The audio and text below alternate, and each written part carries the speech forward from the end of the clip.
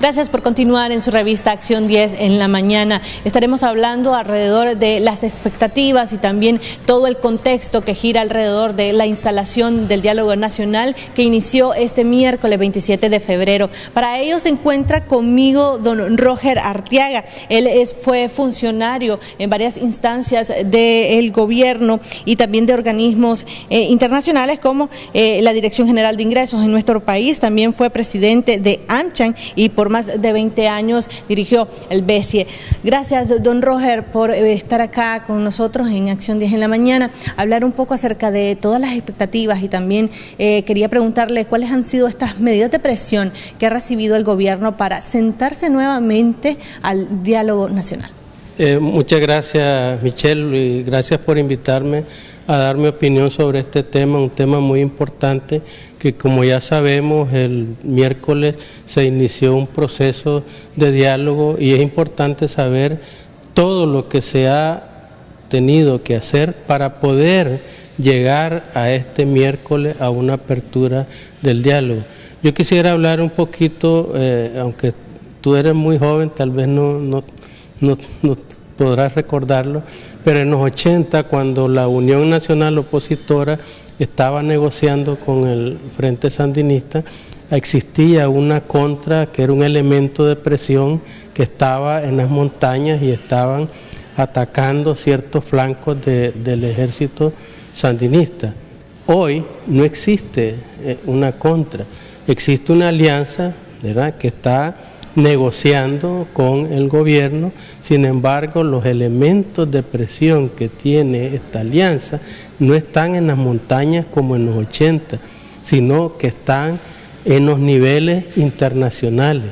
Y hay que recordar y hacer recuento de todo esto, porque si ustedes saben, la primera presión que vino aquí fue la ley Magnitsky, que con la ley Magnitsky sancionaron a Roberto Rivas, sancionaron a Francisco Díaz, sancionaron a Fidel Moreno. Esos fueron los primeros elementos de presión.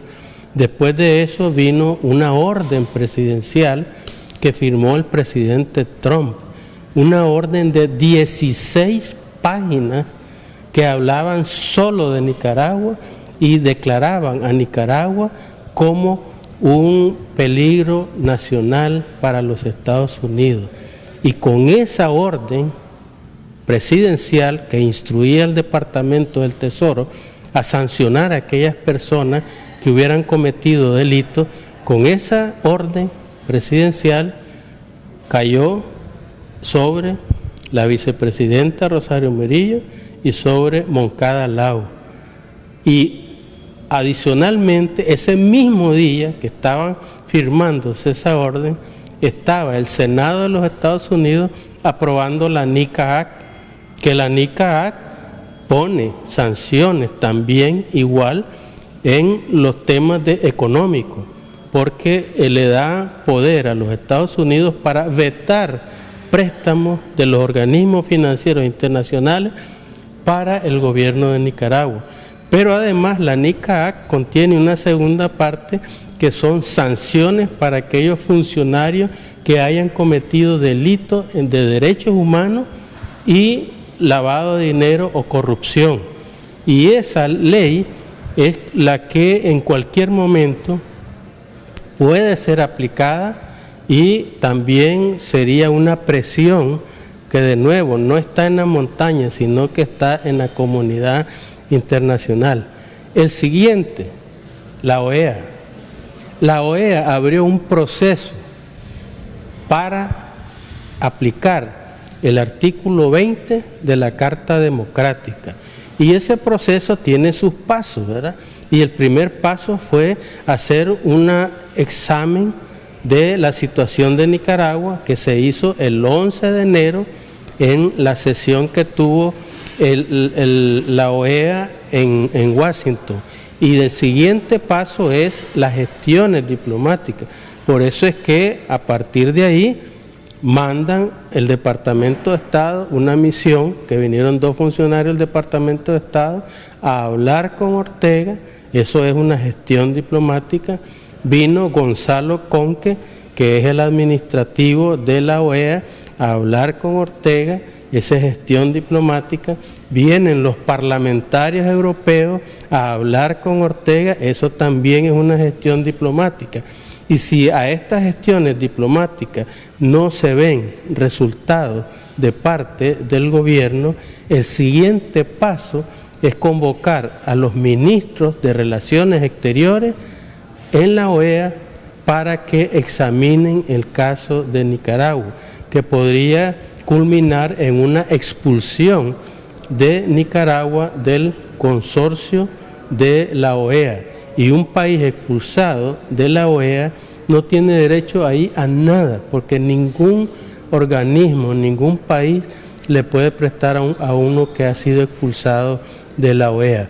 Y además de esto, hay que ver también que la misma Unión Europea, a través de los parlamentarios, ya le mandaron un mensaje a Ortega diciendo de que si no ven pasos encaminados a la democratización de Nicaragua, utilizan esta palabra, van a haber sanciones severas contra el gobierno de Nicaragua. Entonces, ante toda esta avalancha, que es peor que lo que la contra sigue en las montañas, ante esa avalancha, Ortega tuvo al fin que abrirse y permitir iniciar este diálogo que comenzó este miércoles.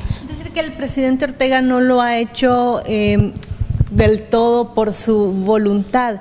¿Qué tanto estas presiones podrían generar esos cambios que toda la población está esperando salgan, resulten de estas negociaciones o de este diálogo? Bueno, ahí es donde hay que estar expectante y hay que estar atento a los resultados que vaya dando este diálogo. Por ejemplo, sí, es cierto que soltaron a 100 personas que estaban secuestrados, los soltaron 100, pero hay 600 que todavía están retenidos y que no han logrado esa libertad que le dieron a estos 100. A estos presos que soltaron el miércoles en la mañana, no se le ha dado una libertad completa, es decir, siempre fue un cambio de régimen únicamente para aclarar a la población. Ellos todavía están o bajo proceso o se le ha cambiado el régimen. En lugar de estar presos en la cárcel, se ha dado casa por cárcel, es decir, no pueden salir de sus casas. Sí, en efecto, realmente, y esa idea, quien la manifestó por primera vez fueron los parlamentarios europeos que hablaron de casa por cárcel, pero falta la siguiente etapa, es que sean absueltos totalmente, porque la verdad es que han sido condenados, metidos a la cárcel sin haber tenido un debido proceso. Aunque el gobierno diga que hubo un debido proceso, realmente a ninguno se le ha comprobado. Aquí hay que hacerse una pregunta: ¿quién está detenido de los que mataron a todos estos 500 personas que se contabilizan como que han muerto? ¿Cuántos están detenidos? Yo hago una pregunta: ¿dónde está aquel hombre que mató a una estudiante, a una doctora brasileña, que él reconoce que sacó su arma de su carro y disparó? ¿Ya lo juzgaron?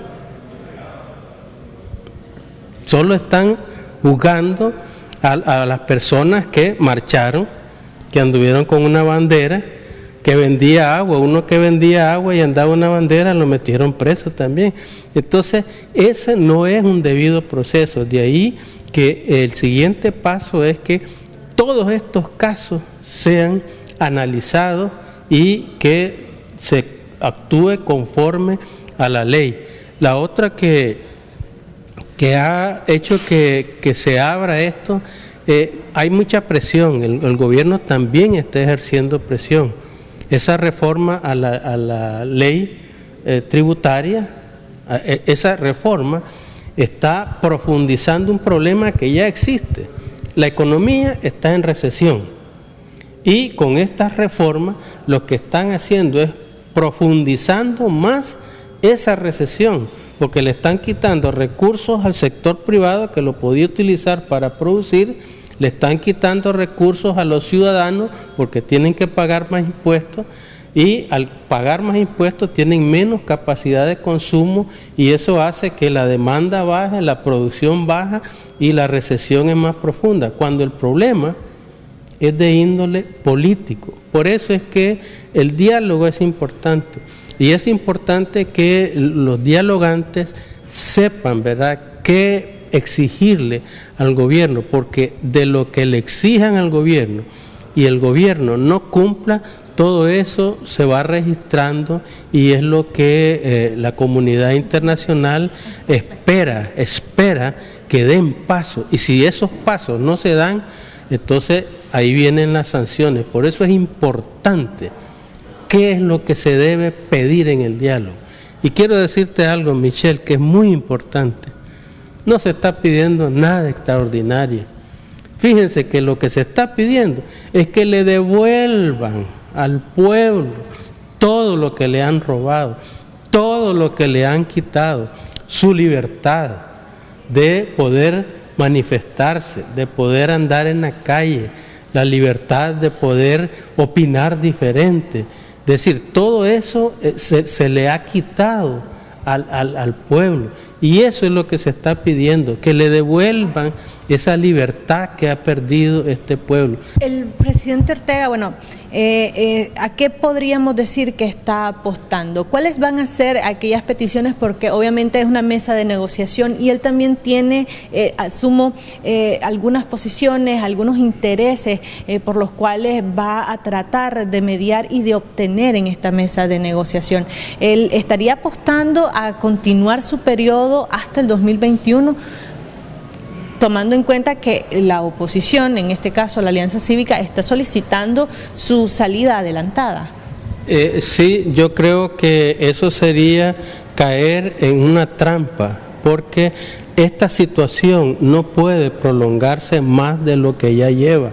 Ya vamos a cumplir casi un año de estar en una situación de incertidumbre, de angustia, de represión, de que ya la tranquilidad se perdió, y esto no puede, sinceramente, no puede llegar hasta el 2021. Esto tiene que resolverse en este año de 2019.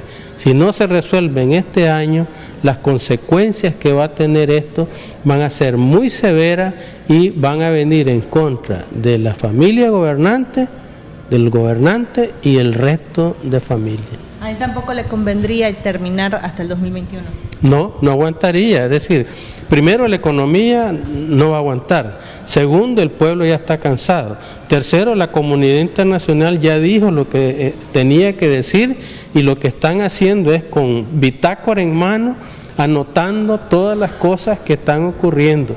Y si aquí no hay resultado de toda esta gestión que se está haciendo con la apertura de este diálogo, aquí van a venir sanciones muy serias que posiblemente se lamente el gobierno en el futuro.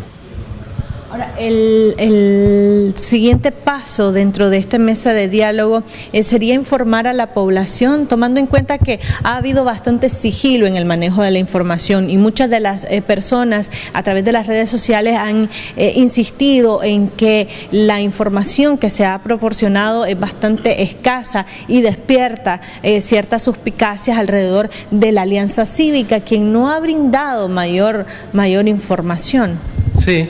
En efecto, pues, hay mucha suspicacia y hay dudas, pues esto siempre genera dudas en todo diálogo. Hay que entender, sí, que el miércoles fue la primera sesión donde tenían que definirse esquemas, rutas de cómo es que se va a llevar a cabo el diálogo, poner los puntos de agenda.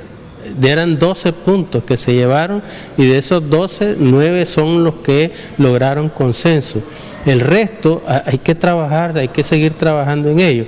Y en cuanto a la información, Michelle, hay que tener paciencia, porque en toda negociación, y no solo en el caso de Nicaragua, Trump acaba de estar con el presidente de Corea del Norte y se reunieron, nadie supo qué hablaron y salieron.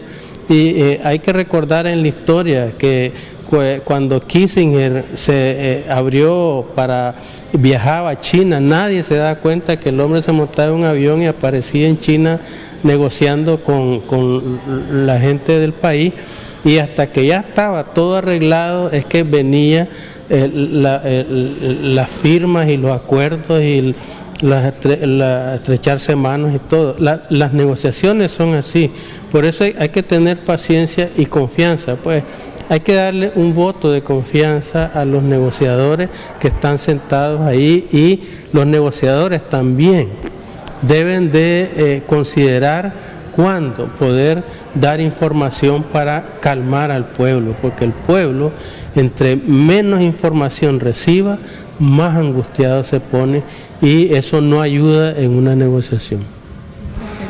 Muchísimas gracias, don Roger Arteaga. Esperamos tenerlo en las próximas ediciones de nuestra revista hablando alrededor de esto, sobre todo cuando ya empiecen a surgir los primeros acuerdos y nos empiecen a brindar información alrededor de esto. Falta todavía definir dentro de la mesa de diálogo, por ejemplo, quiénes van a ser los garantes y los testigos, y a esclarecer en qué calidad están la Iglesia Católica dentro de esta mesa de diálogo. De esta manera, pues continuamos con más información en Acción 10 en la mañana.